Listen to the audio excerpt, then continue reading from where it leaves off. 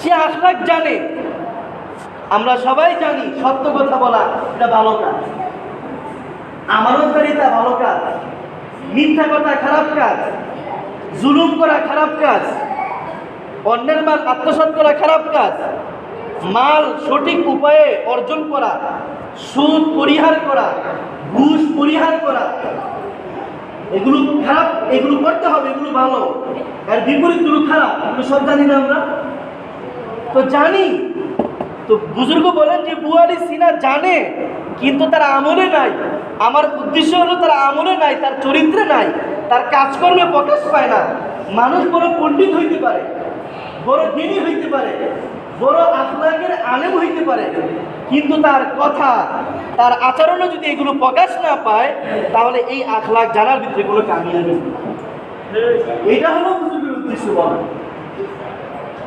আর যদি আখলাক না জানে একজন মূর্খ মানুষ, অর্থাৎ বেলাল, সুহাইবের রুনি গোলাম ছিল, সবচেয়ে অপদস্থ মানব শ্রেণীর সবচেয়ে অপদস্থ শ্রেণী গোলাম, যার কথা মানুষ মুখেও আনতে চায় না, যার পরিচয় দিয়ে মানুষ গর্ববোধ করে না। এই গোলাম শ্রেণী, নিম্ন শ্রেণীর বেলাল, তার নাম আজকে উচ্চারিত হয় সম্মানের সাথে। আবু জাহেল আবুল হাকাম ছিল, জ্ঞানীদের বাবা, মহাজ্ঞানী ছিল আবুল হাকাম, মহাজ্ঞানী ছিল, তাকে বলা হয় আবু জাহাল। কেন? এই কারণে যে তার ভিতরে জ্ঞান ছিল, তার জানা ছিল, সে মহাপণ্ডিত ছিল, কিন্তু এই পণ্ডিতে তার নিজের জীবনে কাজে আসে না। মানুষকে সে বলছে ঠিক আছে, মানুষকে নসিহত করছে, এই যে আমি নসিহত করতেছি, কেন? থানবী রহমতুল্লাহ বলেন যে ওই বিষয়ে আলোচনা করো যেটা তোমার ভিতরে ঘাটতি আছে। আমি মনে করি আমার ভিতরে ঘাটতি আছে, এই জন্য এই বিষয়ে আলোচনা করতেছি।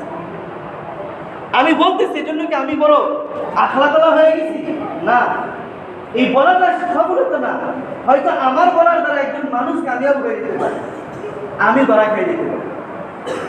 তো জানাটা কামিয়াবির কারণ না। শয়তান আলেম ছিল, সবচেয়ে বড় আলেম ছিল, শয়তান আবেদ ছিল, সবচেয়ে বড় ইবাদতকার ছিল, কিন্তু তারপরও সে নাকাম হয়ে গেছে। তার এই আলেম তাকে বাঁচাইতে পারে। তো এই বুয়ালি সিনার ঘটনা থেকে আমরা বুঝতে পারি শুধু জানার নাম কামিয়াবি না, মানতে হবে, মানতে হবে আমাকে আপনাকে। এই অল্প সময়ের জিন্দেগি, এখানে আমার আপনার এই দেহ থাকবে না, এই রূহ থাকবে না। আমি আপনি কি রেখে যাব? বিশাল সম্পদ বানিয়েছি, বানান, দরকার বানানো। আখিরাত কামাই করতে হলে দুনিয়া অর্জন করতে হবে, দুনিয়া ছাড়া আখিরাত কামানো যাবে না। আল্লাহ তাআলা দুনিয়া দিয়েছেন, দুনিয়া দিয়ে আখিরাত কামাইতে হবে, কিন্তু শরীয়তের হুকুম মোতাবেক মেনে কামাইতে হবে। তো আমি যদি শরীয়তের হুকুম মেনে কামাই, সমস্যা নাই, বিশাল অট্টালিকা বানাইলাম, বিশাল সম্পদ বানাইলাম, কাজে লাগবে, কিন্তু এগুলো কোনো কিছু আমার সাথে যাবে। আর এগুলো রেখে গেলে এগুলো আমার থাকবে না, এগুলো অন্যের হয়ে যাবে। আমার কি থাকবে? আমার ইন্তেকালের পরে, আমার মৃত্যুর পরে আমার শুধু থাকবে আমি কি করে গেছি, আমার জবান কেমন ছিল, আমার হাত কেমন ছিল, আমার পা কেমন ছিল। মানুষ এই আলোচনা করো।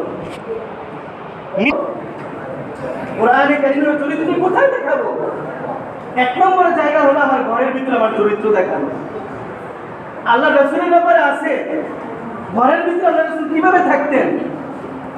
ঘরের ভিতরে আল্লাহ রাসূল থাকতেন এমনভাবে থাকতেন যে আল্লাহ রাসূল থাকলে সবাই শান্তি অনুভব করতেন।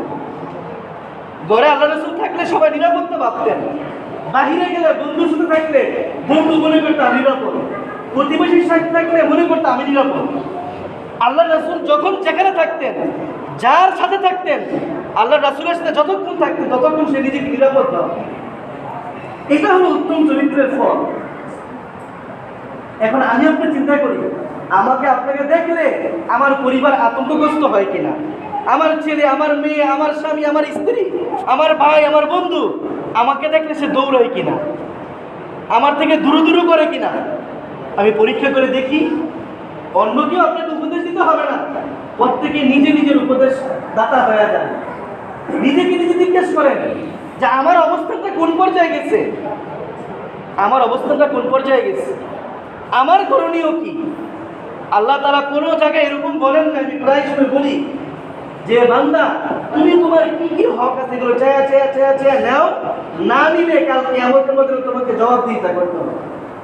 এটা কোথাও বলেনি, এটা কোথাও নাই যে তোমার হক কি কি আছে। হ্যাঁ, নিতে নিষেধ নাই, তুমি নিবা, তোমার যে হক আছে তুমি ছাড় দিবা না, নিবা, নেওয়ার মতো নিবা, এমন ভাবে নিবা যাতে করে তুমি তোমার হক নিতে গিয়া আবার জুলুম করে না করো আল্লাহর উপর। অন্যের জুলুম থেকে নিজে বাঁচতে গিয়া অন্যের উপর জালেম হয়েও না। তোমার হক তুমি নিবা, এটা তোমার দায়িত্ব, এমনিই নিবা, কিন্তু নিতে বলে না। কিন্তু এটা বলছে তোমার কাছে অন্যের যে হক আছে সেটা তুমি বুঝায় না। প্রত্যেকের সাথে যে সম্পর্ক সেই হক আছে, এক একজনের হক এক এক রকম। ছেলের হক মেয়ের হক একরকম, স্ত্রী স্বামীর হক ভিন্ন রকম, ভাইয়ের হক ভিন্ন রকম, বোনের হক ভিন্ন রকম, প্রতিবেশীর হক ভিন্ন রকম। এগুলো আলাদা একটা চ্যাপ্টার ইসলামের। হুসনে আখলাকের এরকম খন্ডে খন্ডে কিতাব আছে। আমি কিভাবে ঘরে আমার সময়টা কাটাবো, প্রতিবেশীর সাথে কিভাবে কাটাবো, এরকম খন্ডে খন্ডে কিতাব।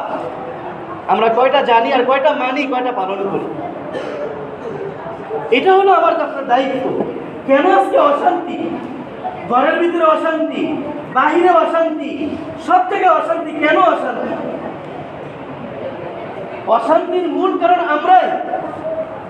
আল্লাহ সুবহানাহু ওয়া তাআলা বলেন, বান্দা মুমিন বান্দার যত মুসিবত আছে বিমা কাসাবাত আইদিকুম, বিমা কাসাবাত আইদিন নাস, মানুষের হাতের কামাই, তোমাদের হাতের কামাই।